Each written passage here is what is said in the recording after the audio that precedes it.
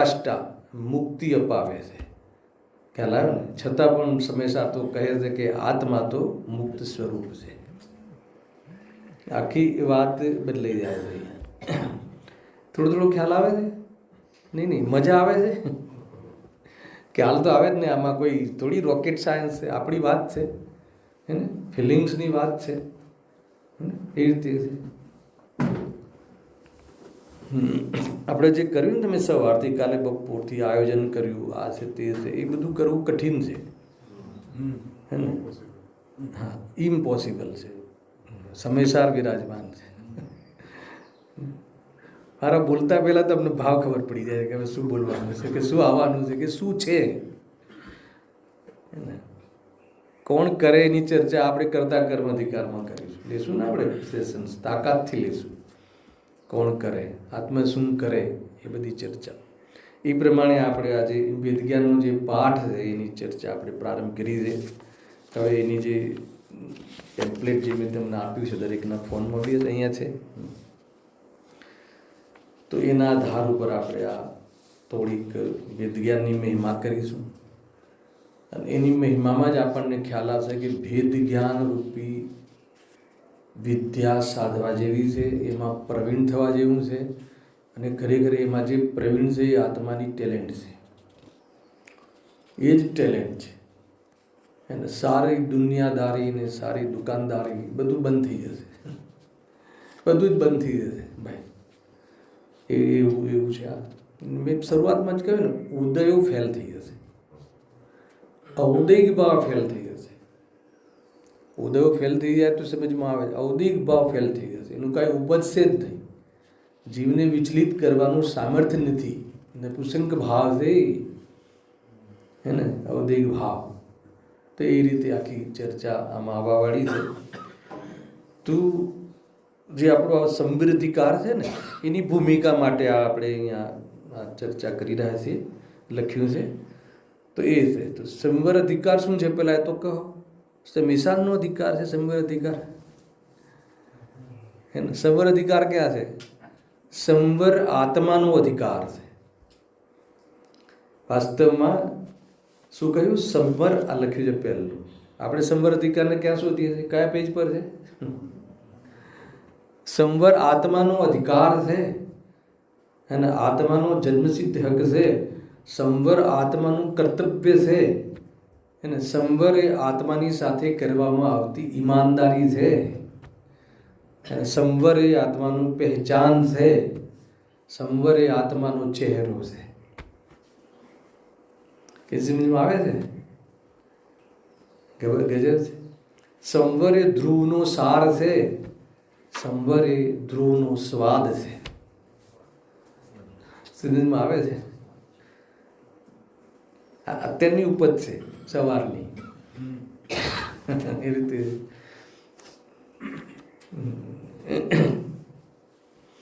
વાસ્તવ એ રીતે છે. સંવર એ આત્માની શોભા છે. સંવર એ આત્માનું આભૂષણ છે. સંવર એ કર્તવ્ય છે કહ્યું ને. પણ જ્યાં શુદ્ધાત્મા એને સંવરમાં જેના દર્શન થાય છે અને એના તરફ જોવે તો સંવર એક શું છે? સ્વાંગ છે. હવે કહેવાનું સમયસાર વિરાજમાન છે. એટલે મને સંવરની બી ગરજ નથી એમ છે. આ સમ્યક દર્શન જોઈએ છે, અને આત્મા સ્વયં સદ્ધેય છે. સુખ જોઈએ છે, સુખ જોઈએ છે એ કેટલી ખોટી વાત છે. આત્મા સુખરૂપ છે, જોઈએ છે એ વાત ક્યાંથી? આખો ટોન અલગ છે. સંસારની એક ટોન પદ્ધતિ સમજવા જેવી છે. ટૂંકમાં એ કહે છે કે મારું એવું કોઈ લક્ષ્ય નથી. મોક્ષના લક્ષ્યથી મોક્ષ દૂર થાય છે. સમ્યક દર્શનના લક્ષ્યથી સમ્યક દર્શન દૂર જાય છે. અને સ્વભાવનું લક્ષ્યનું નામ સમ્યક દર્શન છે. આખી વાત ત્યાં સમાપ્ત થાય. આખી ખ્યાલ આવે? બહુ જ આ એટલું સરળ છે અને સહજ છે આ. પણ આમાં 100% આપવું પડે. 100% આપવું પડે. 100% આપવું પડે એટલે આમાં પૂરેપૂરી અભિપ્રાય આની ફેવરમાં હોવું જોઈએ. હે ને, એ રીતે છે. તો કે આની સિદ્ધિ થઈ જશે, વેદ જ્ઞાનની વાસ્તવમાં ફળ આવી જશે, એ રીતે છે. અને પરિણામો જે દિવસે શ્રદ્ધાના અનુસાર સમેટાશે અને એ દિવસે સિદ્ધાલયમાં અર્થાત તો સિદ્ધ અવસ્થાને પ્રાપ્ત થઈ જશે, એ રીતે. હવે જો શું કહે છે કે સંવર અધિકાર વેદ જ્ઞાનનું મહાયજ્ઞ છે. આનું હેડિંગ છે આપણી જે પેમ્પલેટ છે, બરાબર છે. વેદ જ્ઞાનનું મહાયજ્ઞ છે. અહીંયા શું કહે છે, હવે સંવરની પહેલા પરિચય કરી લઈએ. વેદ જ્ઞાનનું જે ફળ છે અર્થાત તો સંવર પ્રાપ્ત કરવાનો જે પ્રથમ નંબરનો ઉપાય છે, એકમાત્ર ઉપાય છે, હે ને. પહેલાં એ સંવરની ચર્ચા કરી લઈએ. આપણે સંવરની પ્રાપ્તિ કરવી છે ને, જો આ એક મોક્ષમાર્ગ પ્રકાશક અર્થાત તો પંડિત ટોડરમલની શૈલી છે. ખ્યાલ આવ્યો ને? એમને મોક્ષનું કારણ મોક્ષ માર્ગ બતાવતા પહેલાં, હે ને, કારણમાં ક્યારે રસ આવે કે એનું ફલ કોઈ રોચક હોય તો, એટલે પહેલાં મોક્ષમાં જ આત્માનું હિત છે એની સિદ્ધિ કરી. પછી આપણને એવું મન થાય ને, હા આમાં જ સુખ છે, તો બતાવો સાહેબ ઉપાય કયો છે. તો પછી ઉપાયનો મોક્ષ માર્ગ છે. મોક્ષ માર્ગનું સ્વરૂપ પછી આગળ ચર્ચા ચાલુ થાય છે. એવી રીતે આખી આ શૈલી છે એક પ્રકારથી. તો એટલા માટે આપણે પહેલાં સંવરનું સ્વરૂપ સમજી લઈએ. સંવર શું છે? અને સંવર તો સમ્યક દર્શન છે. એકમાં કહેવું હોય તો મોક્ષ માર્ગની પ્રથમ સિદ્ધિ છે. પણ એમાં થોડુંક ભાવાસનથી થોડુંક એનું ઓર આપણને સંવર રૂપે પરિણમવા માટે અથવા સંવરની ઉપલબ્ધિ કરવા માટે અંતરંગ પરિણતિ તૈયાર થાય, એને અંતરંગ પરિણતિ તૈયાર થાય એટલે હા આપણે એમાં અભિપ્રાયમાં તૈયાર થાય અથવા એમાં આપણું 100% આપવાનો ભાવ જાગે, તો જ બધા વિષયો શિબિરના સમજાશે, નહીં તો નહીં સમજાય. જો બુદ્ધિનો વિષય તો બની જાય એમાં કોઈ હે ને, બુદ્ધિનો વિષય બનતા એક કર્મની નિજરા થતી નથી. નિર્ણય થાય તો મિથ્યાત્વ હલે છે, પ્રતીતિ થાય તો મિથ્યાત્વ ભાગે છે. આગળ એ વસ્તુ ખ્યાલ આવી એટલે એ છે. જો આગળ સંવર, સંવર સમ્યક રીતે પોતાને ભરવું. આજે થોડી અલગ મૂળ છે, અલગ મોડ છે. આપણે આની ચર્ચા થોડી કરીશું, સંવરની ચર્ચા કરીએ. સમ્યક રીતે પોતાને ભરવું. આમાં જે પેમ્પલેટમાં લખ્યું છે સંવર એટલે જો કેટલા શબ્દો લખ્યા. નિશ્ચય સામાયિક છે, પરમાર્થ પ્રતિક્રમણ છે, પરમાર્થ આવશ્યક છે, પરમાર્થ પ્રત્યાખ્યાન છે, પરમાર્થ આલોચના છે, નિશ્ચય રત્નત્રય સંવર છે. સંવરની વસ્તુ આ કે સંવરનું જે સંવરની જે પહેચાન છે ને, પહેલાં સંવરની પહેચાન કરો. સંવર આત્માની પહેચાન છે. આત્માની પહેચાનનું નામ સંવર છે. જેને આત્માની પહેચાન કરી છે એ રત્નત્રયથી ધની થઈ જાય છે. એવી બધી ચર્ચાઓ આમાં કરેલી છે મહિમા વાચકમાં. જો તો નિશ્ચય સામાયિક કઈ રીતે છે? સંવર નિશ્ચય સામાયિક કઈ રીતે છે? સામાયિક સમય વત્તા એક, બરાબર છે. સમયનો શું અર્થ થાય? બીજી ગાથામાં છે, પહેલા કલશમાં છે, ત્રીજી ગાથામાં છે, બધી જગ્યાએ સમયનો અર્થ આપ્યો છે, બરાબર છે. તો સમયનો અર્થ શું છે? સમ વત્તા અય, જે જાણે અને પરિણમે બંને સાથે કરે એવું કોણ તત્વ છે? એવું કોઈ દ્રવ્ય છે કે જાણે અને પરિણમે? તો કે આત્મા, જીવ, બરાબર. એને અહીંયા સમય કહે. પછી ત્રીજી ગાથામાં સમયની શું પરિભાષા છે?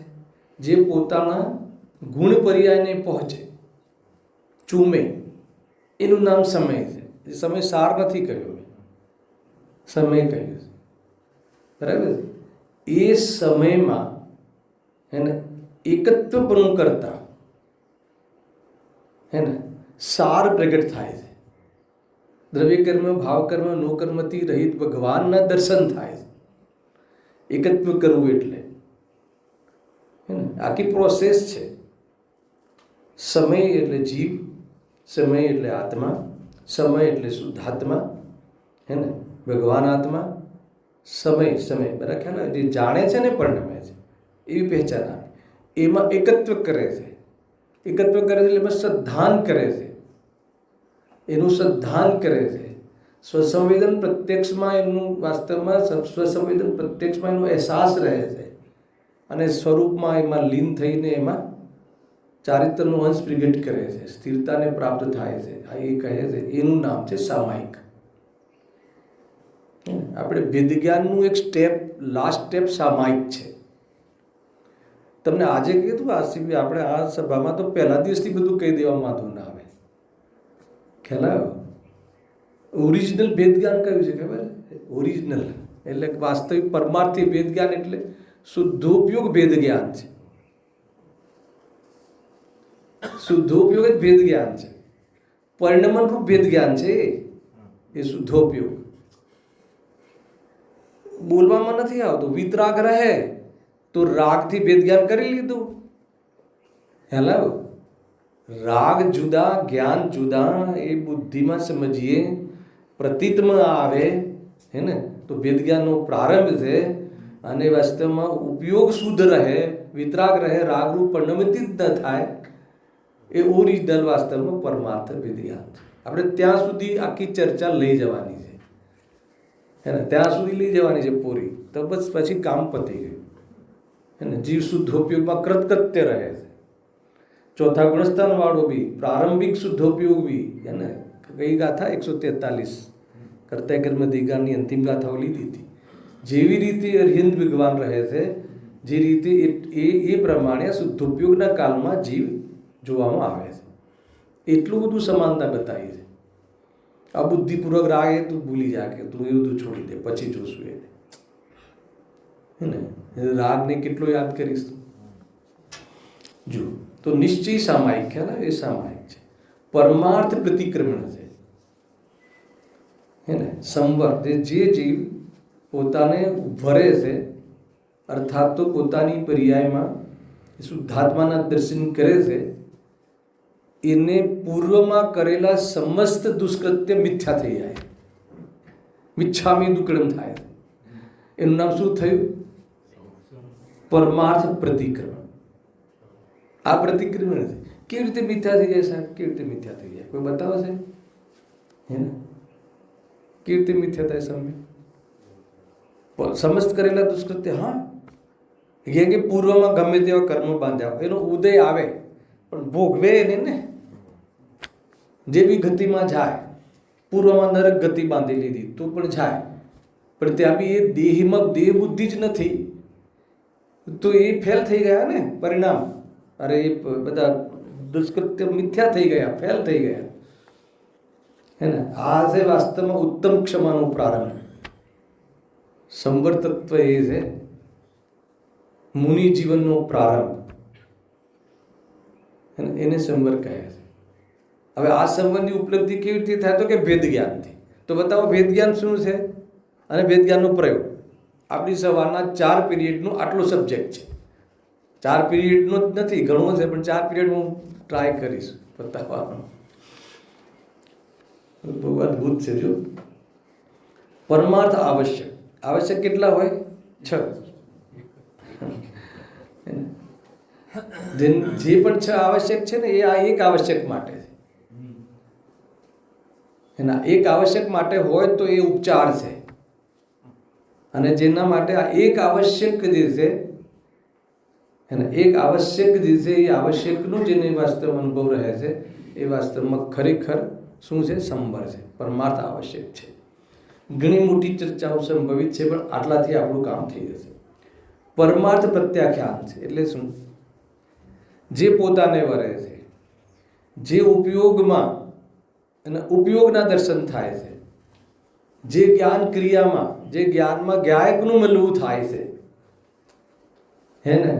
જ્યારે એવું એ પ્રકારનું કાર્ય, ઉત્કૃષ્ટ કાર્ય થાય છે તો કહે છે કે પછી ક્યારે ફસાતો નથી. એને શું કહેવાય? પ્રત્યાખ્યાન. ભૂતકાળના કર્મો ફેલ થયા, ભવિષ્યમાં કર્મો ન બંધાય હે ને, એ પ્રત્યાખ્યાન થયું ને. અને વર્તમાનમાં આલોચના. ક્લેરિટી આવી? વર્તમાનમાં થયેલા જે થતા રાગ દ્વેષ આદિને શું કહે? આલોચના. ભગવાન આત્માના દર્શન કર્યા. ભગવાન આત્માના દર્શન એટલે આત્મા અરાગી છે એમ અહેસાસ થયો તો વર્તમાન રાગની તો એસી કી તેસી થઈ ગઈ. ખ્યાલ આવ્યો ને? એ આલોચના છે. આ સંવર તત્વ છે. આ સંવર કોને કહે છે? હવે ખ્યાલ આવ્યો? નિશ્ચય સામાયિક, પછી પરમાર્થ પ્રતિક્રમણ, પરમાર્થ આવશ્યક અને પરમાર્થ પ્રત્યાખ્યાન, પરમાર્થ આલોચના અને લાસ્ટમાં નિશ્ચય રત્નત્રય સંવર છે. એક પ્રકારથી અહીંયા વાત આ રીતે કરી છે. સંવર ધ્રુવનો સાર છે, ધ્રુવનો સ્વાદ છે. ખરેખર સંવર દબંગ પરિણામ છે. એ રીતે પોતાની સાથે વફાદાર રહેવું એનું નામ સંવર છે. અત્યાર સુધી સંવર આપણે વફાદાર છીએ કે નહીં એ જોઈ લેવાનું. એ રીતે અહીંયા કહ્યું છે. હવે મને એક છે ને સંવર તત્વનો સવારે એક વિચાર આવ્યો હતો. વ્યાપક અર્થ મેં લખ્યો સંવર. હે ને? સંવર તત્વ એટલે શું? કે જે જ્ઞાનમાં ભગવાનના દર્શન થાય. બરાબર છે? ભગવાનના દર્શન થાય એટલે શું? એક તો પોતાના દર્શન થાય. પણ ભગવાનમાં પોતાના દર્શન કેવી રીતે થાય? પોતાના દર્શનમાં શું થાય? હે ને? જેને વર્તમાન જ્ઞાનમાં ભેદ જ્ઞાનના બલથી એને આત્મા અજર અમર દેખાય. હે ને? આત્મા અજર અમર દેખાય. ખ્યાલ? આત્મા પોતાને અજર અમર દર્શન કરાવે. આત્મા અજર અમર છે એમ દર્શન કરાવે. આત્મા શુદ્ધ છે એમ દર્શન કરાવે. આત્મા પરિપૂર્ણ છે એમ દર્શન કરાવે. હે ને? એનું નામ શું છે? સંવર પરિણામ. આ કોઈ થોડી ગપ્પા થોડી છે. હે ને? આ સિવાય બાકી બધા ગપ્પા છે. હે ને? જે વર્તમાન વેદજ્ઞાનના બલથી વર્તમાન ઉપયોગમાં આત્મા કેવો દેખાય? શાશ્વત દેખાય. ये शाश्वत भव्य जिनालय जिनमें है शांति बरसती इसमें मानो आया सिद्धालय मेरी बस्ती है इनमें.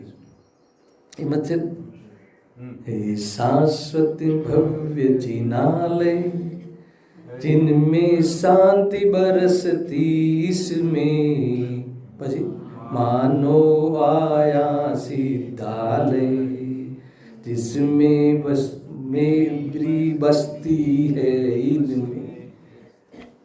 सिद्धालय क्या है? लोकाग्रह. सिद्ध भगवान क्या है? लोकाग्रह. बात फरी गई है ना? शाश्वत भव्य जिनालय क्या है? अकृत्रिम जिनालय क्या है? जीव से अकृत्रिम जिनालय से. भगवान आत्मा શું છે? જીન દેવ છે. વેદ જ્ઞાન આરાધના છે. એ આરાધનામાં સિદ્ધના દર્શન થાય છે. ખ્યાલ? સિદ્ધ સી સાદગી એ સંવર. સિદ્ધ જેવી સાદગી એ સંવર. આખી વાત બદલાઈ ગઈ. બહાર જોવાનું હોતું નથી અને અંદરમાં જવાનું હોતું નથી. કેમ? કારણ કે બહાર જીવ જતો નથી અને અંદરમાં હંમેશા હોય છે. એટલે બહાર જવાનું નથી, બહાર જતો નથી, અંદરમાં જવાનું નથી. આનું નામ સંવર છે. બહુ ખોટા પ્રયાસો કરીએ છીએ આપણે. બહારથી હટાવો અને અંદરમાં લગાવો. પૂછો સુગાડીજીને જઈને. ઉપયોગને બહારથી અંદર તો લાવવો જ પડશે ને. તો ઉપયોગ ગયો તો ક્યારે બહાર? એ તો જો ઉપયોગમાં છે. ઉપયોગ બહાર ક્યારે ગયો હતો? બહાર જવું એટલે ખબર છે? જેને જાણે એ રૂપે થઈ જાય. તે તો થતો નથી. અથવા જે જાણવામાં આવે એ રૂપે ઉપયોગ થઈ જાય. ગેકૃત શુદ્ધતા હોતી નથી ઉપયોગની. જ્ઞાનમાં ગેકૃત શુદ્ધતા હોય છે કે નથી હોતી? અચ્છા, ગેકૃત શુદ્ધતા કોને નથી હોતી? જ્ઞાનીને, જ્ઞાયકને, જ્ઞાનને, બધાને. હે ને? એ માને નહીં તો બી એ ગેકૃત શુદ્ધતા એને હોતી નથી. કોઈ પણ જીવ ક્યારે બી એને ચેતનથી જડ થતો નથી. માને કે હું જડ છું તો બી. આ છે સમયસાર. માને કે હું મરું છું પણ મરતો નથી. હે ને? બસ એટલું છે. જ્ઞાનીને મરવાનો ભય હોતો નથી. કેમ કે મરણ નથી એને ખબર છે. અને મરણ નથી એ બધાને છે. ના ખ્યાલ આવ્યો? કોઈને મરણ નથી, પણ મરણ નથી એવી ખબર, એવું ભાન કોને છે? જ્ઞાનીને. એટલે એને મરણનો ભય નથી. મરણ તો કોઈને નથી.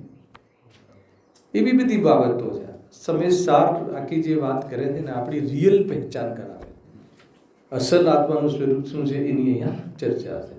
થોડી ખ્યાલ આવે છે. હવે સંબંધનું થોડું વ્યાપક સ્વરૂપ સમજી લઈએ, અને કાલે આગળના બોલો આપણે વિશેષ ચર્ચામાં લેશું, પણ સંબંધને સમજવું જરૂરી છે. જો સંબંધનો વ્યાપક અર્થ શું છે? એક અર્થ તો એ લીધો કે સંબંધ એટલે ઉપયોગમાં આત્માના જે દર્શન થાય છે, તો કેવા દર્શન થાય છે? જો એવા દર્શન થાય તો એ ઉપયોગ શું છે? ઈમાનદાર છે. એ ઉપયોગ શું છે? સમ્યક છે. એ શું છે? પોતાને વરેલો છે, અર્થાત તો વાસ્તવમાં એ પોતાનું જ વર્ણ છે, સમર્પિત છે. એ અહીંયા કહે છે એનું નામ જ પોતાની સાથે રહેવું. એ બધું હવે નેક્સ્ટમાં આવે છે. આટલો ખ્યાલ વ્યાપક સ્વરૂપ. સંવરમાં બીજી વિસ્તાર ચર્ચા શું છે એટલું જ નહીં, આત્માનું સ્વરૂપ તો આ રીતે જોવે છે, પણ સંવર તત્વમાં જે ઉપયોગ જે વાસ્તવમાં સમર્પિત રહે છે એની પાછળ એક બીજું બી લોજિક છે. ઉપયોગ પોતાના આત્મામાં સમર્પિત રહે છે એનું બીજું પણ એ લોજિક છે કે સર્વ પદાર્થોને કેવી રીતે દેખે છે, પૂરી સિસ્ટમને કેવી રીતે દેખે છે, કેવી રીતે દેખે છે. હા, એ લખ્યું ને કે હા, પોતાને તો જોવે છે, બરાબર છે, પણ દરેક દ્રવ્ય કેવી રીતે જોવે, કેવી રીતે રહેલા છે. હર દ્રવ્ય ગુણ પર્યાયવત દ્રવ્ય ઉત્પાદ દ્રવ્ય યુક્તન સત. કોઈની સત્તામાં કોઈને હસ્તક્ષેપ કરવાનો કોઈ વાસ્તવમાં એને જરૂરત જ નથી. કોઈને કોઈની જિમ્મેદારી છે જ નહીં. કે વસ્તુનું સ્વરૂપ એવું જોવે છે. એકદમ સાદી ભાષામાં જોઈએ તો અગર જીવની ઓરથી જોવે છે, કોઈ જીવને, તો એ જીવને ભગવાન તરીકે જોવે છે. તો શું એ જે માનો કે આપણે ત્યાં કોઈ કામદાર કામ કરે છે તો તમે એને પહેલાં ભગવાન તરીકે જુઓ, કેમ કે એ બી બીજભૂત પરમાત્મા તત્વ છે. એનામાં પણ એ જ સામર્થ્ય જે આપણામાં છે. એનામાં જે અર્યંતને દ્રવ્ય ગુણ પર્યાયથી જાણે છે એ આત્માને જ નહીં, પોતાને જ નહીં, છએ દ્રવ્યોને, હે ને, દ્રવ્યપણું ગુણ અને પર્યાયપણું સમાન છે. છએ દ્રવ્યોનું કોઈનામાં કમી નથી. એને એ સંવરની વ્યાપક દ્રષ્ટિ છે, સર્વ વ્યાપક દ્રષ્ટિ છે. સર્વ પદાર્થોને એ રીતે જોવે છે. અગર એ રીતે નહીં જોવે, હે ને, તો શું થશે? એને તો ભેદભાવ ઊભો થશે. પોતાને પૂર્ણ સમજશે, કોઈને અપૂર્ણ સમજશે. અચ્છા, આ સર્વ વ્યાપક દ્રષ્ટિ કરવા માટે ક્યાં જવાનું છે? કોઈ એક દ્રવ્યને કે સ્વયંને દ્રવ્ય ગુણ પર્યાયથી બી પરિપૂર્ણ જોઈ લે અને ચેતનની શુદ્ધ સત્તા, ચૈતન્યની શુદ્ધ સત્તા પારખી લે, હે ને, તો બધા જ જીવોને અને બધા જ પદાર્થોની સ્વતંત્ર સ્વાધીન સત્તા એને શામાં આવે છે? પ્રતીતમાં આવે છે. એકને જાણે અનંતને જાણે. પરિપૂર્ણમાં શું કમી છે? દ્રવ્ય ગુણ પર્યાયથી પરિપૂર્ણ છે દ્રવ્ય. એ તો આખી સિદ્ધિ થશે. આપણે આગળ એક વિશેષણની સિદ્ધિ થશે. બધા ધર્મ છે ને આગળ આવશે એની વસ્તુ. જો તમે એક દ્રવ્ય છો, પૂછ્યું છે તો હવે કહી દઉં. આ બધું કન્ફ્યુઝન લઈને નહીં જવાનું સભામાંથી. બની શકે કે આ છે અંતિમ સવાર હોય, ખ્યાલ આવ્યો? અહીંયા નહીં, બરાબર છે. એક ગુણોના સમૂહને દ્રવ્ય કહે છે. તો એક તો દ્રવ્ય છે, દ્રવ્યપણું, ગુણપણું ને પર્યાયપણું. દ્રવ્યપણું શું છે? ગુણ પર્યાયોને આધાર આપે દ્રવ્યપણું, એ તો છે જ, બરાબર છે. ગુણપણું કોને કહે છે? જ્ઞાન ગુણ એ ગુણપણું નથી. ગુણ દરેક પૂરા ક્ષેત્રમાં અને બધી હાલતોમાં મોજૂદ રહે, હયાતી રહે, એનું ગુણપણું છે, બરાબર છે. તો એ ગુણપણું છે આપણે બી, કેમ કે ગુણ તો સ્વરૂપ જ એવું છે. અને પર્યાયપણું, હે ને, એક સમયની મર્યાદાવાળું, પરસ્પર અપ્રવત અને પોતપોતાના સમયમાં બાંધેલી ચિત્ત વૃત્તિયા ગાંઠની સમાન એ સમયનું ધ્રુવ સત્ય છે. આ દરેકને આ સ્વરૂપ છે. તો આ દ્રવ્યપણું, ગુણપણું એ રીતે પરિપૂર્ણપણું છે દરેક દ્રવ્યને. તો આ રીતે પરિપૂર્ણની સિદ્ધિ થાય છે. આ તો મેં તમને પરિભાષાઓ કહી, પણ એની સિદ્ધિ બાકાયદા થાય છે, પ્રૂવ થાય છે યુક્તિઓ દ્વારા, ઉદાહરણો દ્વારા, હે ને, અને અનુભવ દ્વારા પ્રમાણ થાય છે, હે ને? આગમ દ્વારા એની સિદ્ધિ થાય છે, યુક્તિઓ દ્વારા એની સિદ્ધિ થાય છે, તત્વ વિચાર દ્વારા એનો નિર્ણય થાય છે. આ સત્ય છે એમ આ સાચું ઠરે છે. અને અનુભૂતિ દ્વારા એને પ્રમાણ થાય છે. અનુભૂતિ દ્વારા પ્રમાણ કરવું એનું નામ સંવર છે. તો આ સંવરનું આ વ્યાપકપણું છે. આટલો ખ્યાલ આવે કે એ રીતે જો હવે મૂળ વાત ચાલુ થાય છે કે સંવરની ઓર પરિભાષાઓ બી છે અથવા ઓર એનું ભાવાચન છે કે સ્વયંની સાથે રહેવું. એ લુ શબ્દ છે ને વો કરી દેવાનો, ઉતાવળ કરી છે પંકજભાઈ, બરાબર છે? ગુજરાતીમાં સ્વયંની સાથે રહેવું, સ્વયંની સાથે રહેવું, બરાબર છે? પોતાને મળવું હોય તો આપણે ક્યાં મળીએ? તમારે તમને મળવું હોય તો તમે ક્યાં મળશો? કયા રૂમમાં મળશો? કઈ રૂમમાં મળશો? તમારે તમને મળવું હોય, અચ્છા તમારે મને મળવું હોય તો નહીં મળો, મળાશે જ નહીં, વ્યવસ્થા જ નથી. તમારે તમને મળી શકો છો, તમે બીજાને નથી મળી શકતા. આજ સુધી કોઈને મળતું જ નથી. બહુ ભ્રમ છે, બહુ જૂઠ ચાલી રહ્યું છે, અને રાગ બહુ જૂઠું બોલે એ રીતે છે. બધી અસત કલ્પના હોય, બધી અસત કલ્પના હોય. પરાગભાઈ ને પસંદ પારસભાઈ, સોરી, તમે જન્મથી ગુજરાતમાં છો? તો પેલા જામનગર, રાજકોટ, હે? તમે જન્મથી ગુજરાતમાં છો એમ? અમદાવાદ છો, જન્મથી છો કે? તો ક્યારથી છો? ક્યારથી છો? બોલો જલ્દી ફટાફટ. હે? અનાદિથી અમદાવાદમાં છો? હવે જન્મથી ગુજરાતમાં છો તો હા કે હું નહીં, જન્મથી નહીં, પહેલા 50 વર્ષ ત્યાં રહ્યો. અરે પહેલા તારો જન્મ થાય છે કે એ નહીં નક્કી કર. તું જન્મે છે એ વાત ક્યાંથી લાવ? કેટલા ગપ્પા મારે છે આજે, કેટલું ખોટું બોલે, રાગ ખોટું બોલે છે. મારો જન્મ થયો અને એ સૌથી મોટું જૂઠ છે. અમદાવાદમાં છું એ બી જૂઠ છે. હેલા તો એ રીતે છે. મિથ્યાત્વ બહુ ઇલીગલ કામ કરે. બતાવ ઇલીગલ, પછી તમે શું બોલ્યા હતા? ના બીજું ઈ પર ઇલીગલ છે, પછી મેં ક્યાંક લખ્યું હતું અહીંયા ઇલોજિકલ અને ઇનસિક્યોર બી જોડી દો. મિથ્યાત્વની જે પણ પ્રવૃત્તિ છે ને ઇલીગલ છે, અને ઇલીગલ હોય ને એ કોઈ દિવસ લોજિકલ ના હોય અને ક્યારે બી સિક્યોર ના હોય. તો બી મિથ્યાત્વના ભરોસે, હે ને, ભ્રમના ભરોસે આ જીવન જીવે છે. અને એ ભ્રમને મટાડવો હોય, ભ્રમને વાસ્તવમાં ભ્રમનું વજૂદ મટાડી દેવું હોય તો એક ભેદ જ્ઞાન જ એક વિદ્યા છે. ભ્રમની સામે ચેલેન્જ કરવી હોય તો એવી ચર્ચાઓ છે. આનું થોડુંક આપણે શરૂઆત કરી દઈએ છે. જે બી તાકાત છે આમાં લગાવવાની છે કે સ્વયંની સાથે રહેવું, બરાબર છે? એમાં બહુ મોટી ચર્ચાઓ છે. કોની સાથે રહેવું જોઈએ? સ્વયંની સાથે. આપણે કોની સાથે રહીએ છીએ? તમે કોની સાથે છો? સમ્યક કોણ છે તમારી સાથે? બહુ એટલો ભ્રમ છે આપણને કે એક તો જીવ કસાયની સાથે રહી શકે છે, કાં તો વિતરાગતાની સાથે રહી શકે છે. વિતરાગ રહેવું એ પોતાની સાથે રહેવું છે, અને રાગદ્વેષમાં રહેવું એ, હે ને, એ વાસ્તવમાં પોતાની સાથે રહેવું નથી. કસાય સાથે રહેશે તો એને પોતાને નહીં મનાય. કસાયના જ્ઞાન સાથે રહેશે તો પોતાનું મળું થશે. કસાયના જ્ઞાન સાથે, કસાયના જ્ઞાનમાં પોતાનું મળવું થાય છે, કસાયમાં પોતાનું મળવું થતું નથી. બહુ ટિપિકલ છે. કસાયમાં પોતાનું મળવું થતું નથી અને કસાયના જ્ઞાનમાં પોતાનું મળવું થાય છે. ચિંતા શું કામ કરો? આપણે એમ લાગે કે આત્માના જ્ઞાનમાં જ પોતાનું મળવું થાય. અરે જ્ઞાન તો જ્ઞાન જ છે. જ્ઞાન ન્યુટ્રલ છે. જ્યાં જાણવું થાય છે, લઈને ઉપયોગમાં ઉપયોગ છે. જાણવાની ક્રિયામાં જ્ઞાયકના દર્શન થાય છે. જ્યાં જાણવું થાય છે ત્યાં જ્ઞાયકની પ્રસિદ્ધિ થાય છે.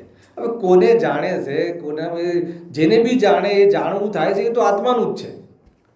મેં ઘડિયાળને જાણી તો હું જાણનાર છું એની પ્રસિદ્ધિ નથી. અચ્છા મેં કસાયને જાણી તો હું તો જાણનાર છું એ પ્રસિદ્ધિ નથી. ના ના, કસાયને નહીં જાણવી એ સારી ચીજો નથી. તો જ્ઞાન એવું ભેદભાવ નથી કરતું. જ્ઞાન નિખાલસ છે, જેમ છે એમ જાણે છે, અને જેમ જે જાણવું થાય છે એ જાણનારને પૃથક પ્રસિદ્ધ કરતો વેદ જ્ઞાનને પ્રાપ્તિ કરાવે છે. ઘણી બધી ચર્ચાઓ સાડા 6 થઈ ગયા છે, પણ આ જે ને સ્વયંની સાથે રહેવું અને એ આખું ઉપયોગમાં જ્ઞાયક ભાવનું દર્શન થવું સંવર છે. આત્મામાં જ્ઞાન છે તે સર્વ જીવોને છે, પરંતુ જેના જ્ઞાનમાં આત્મા છે તે સમરૂપી પવિત્રતા છે, ધર્મ છે. પહેલાં અહીંયા સુધી સંબંધની ચર્ચા આપણે શરૂઆતમાં કરી લઈશું. એ સંબંધની ઉપલબ્ધિ કરવી હોય, આવું મહાન પવિત્ર પરિણામને ધારણ કરવું હોય તો એનો ઉપાય શું છે સાહેબ? તો કે વેદ જ્ઞાન છે. હવે વેદ જ્ઞાન શું છે? તો વેદ જ્ઞાનની મહિમા કરીશું એક દિવસ પૂરેપૂરી, 1-2 દિવસ, અને છેલ્લે વેદ જ્ઞાનનો પ્રયોગની ચર્ચા કરીશું. એ પ્રમાણે આ વેદ જ્ઞાનની જે શિબિર છે સવારની, એ આપણે એ રીતનું આ વિષય વસ્તુ આ રીતે રહેશે.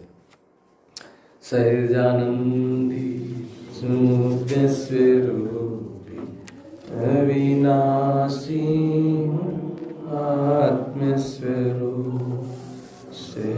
સહજાનંદી સ્મૃત્ય સ્વરૂપી અવિનાશી આત્મ સ્વરૂપ. સહજાનંદી શુદ્ધ સ્વરૂપી અવિનાશી આત્મ સ્વરૂપ. નિજ નિધિ નિજ મેં